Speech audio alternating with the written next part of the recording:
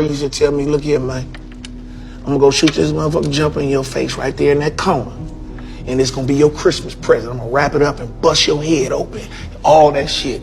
He was the coldest dude I ever seen with that shit, man. Everybody be talking about these greats. They don't be always mentioning him. He was the shit. Yeah. The shit, man. He'll give it to you any way he wanted to.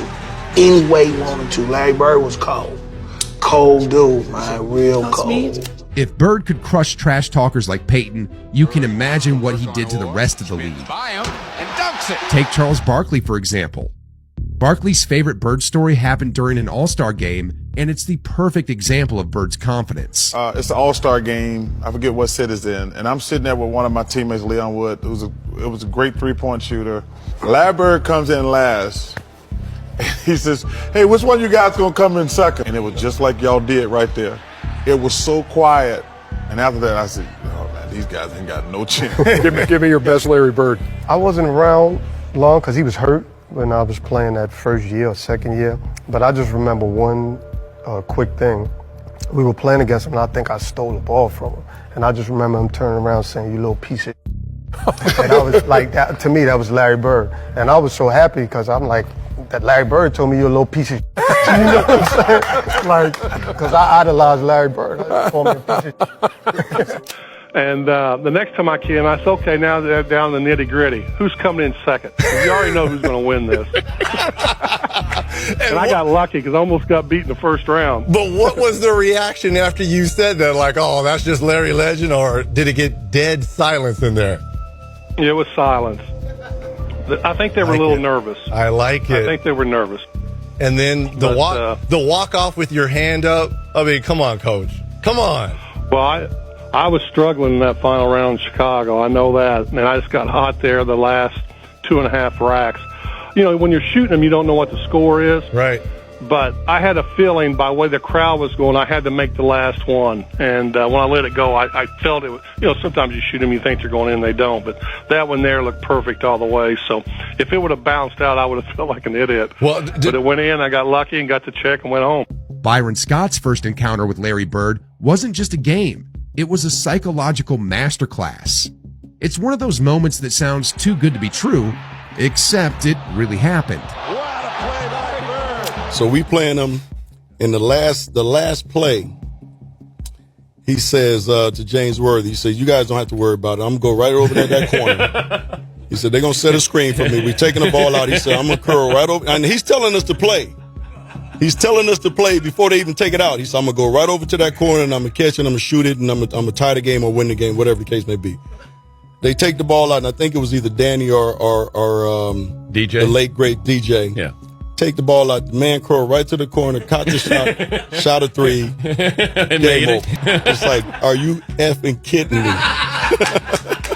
It's my Larry Bird story. Bird to me, it was so much fun playing against him because he talked so much shit. Well, what he hit you? What's something simple he hit you with? He hit you with you jump high, but you don't jump that high. You can't get this. He hit you with, listen, guys, don't worry about the play. I'm gonna go right over here, catch it, and shoot it in y'all face. Ain't a damn thing y'all can do about it. And he did it. Ooh. You know, so I remember the 30 for 30 we was talking about. You know, the rivalry between the Lakers and Celtics. Right.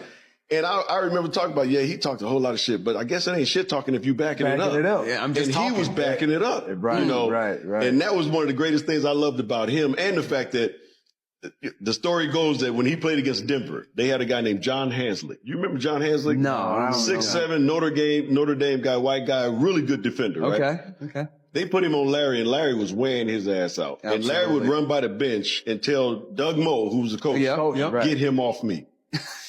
That's disrespectful. No, that's disrespectful. Yeah. And he was like, what's disrespectful? Yeah. He says, disrespectful for y'all to put a white guy on me. Yeah. Put a black guy on me. Put a black guy on me. That's why he gives Coop so much. He still says to this day, Coop is the best defender he's ever played against. Wow. Really? But he was like, you disrespecting me by putting a white guy on me. I feel you. But that's Larry, because when he played back in the day, that's all he played against was brothers. So he was like, don't put no white guy on me. That's disrespect. So what? So when they did that, he said, I had to torch his ass so they understand. And you ain't gonna see him again. Get him off me. Yeah.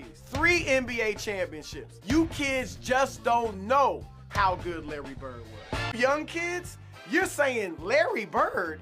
We know he was good in the 80s, but he couldn't do anything today. Larry Bird today might be like Ryan Anderson or something like that. I'm telling you, you kids just don't know. So you saying, what would Larry Bird do today? Here's your answer. The same thing he did in the 1980s. Larry Bird was amazing. He was arguably the best player in the world in the middle of the 80s when he won 3 straight MVP awards, joining Wilt Chamberlain and Bill Russell as the only players ever to do that. Look, Larry Bird is the only player in NBA history in the top 50 in career points per game, career rebounds per game, and career assists a game. He's the only player in NBA history to average 20 points, 10 rebounds, and 5 assists for their career. Look, Bird was a 6'9" forward. He could play both positions, small forward and power forward. He was tough as nails, not the greatest defender, but still got a lot of steals. And like I said, tough. All right, also, one of the best passers we've ever seen. At least as good of a passer as, yes, LeBron James, if not better. And one of the top 5 shooters of all time, hands down. Bird was such a great shooter that before he won the 1986 three-point shootout at the NBA All-Star Game, he walks into the locker room and asks everybody else, who's coming in second? Then he follows it up this way. So confident, he didn't even take off his warm-up jacket, still draining threes. Plus, you think Joel Embiid talks trash? Oh my! Larry Bird has swag. I mean, he wasn't cool. I ain't even gonna front. He wasn't cool, but he talked trash. There are players from that era that tell you he is the greatest trash talker of all time. Larry Bird was getting buckets against brothers. The 80s was athletic. It wasn't as athletic as today. I'll give you that. The players are more athletic than ever now. But in the 80s, Larry Bird still had to go against Dr. J.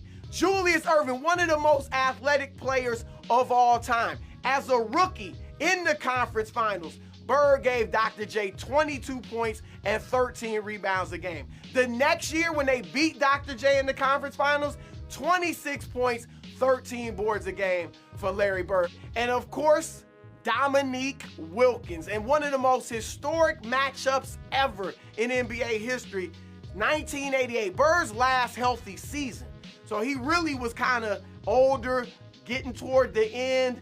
He and Dominique go at it in Game 7 of the Eastern Conference second round, and Larry Bird puts 20 points in the 4th quarter on Dominique. And if he played today, Larry Bird would still be getting buckets against brothers. In fact, he might be even better because of the prominence of the three-point line. So now, you kids know just how good Larry Bird was.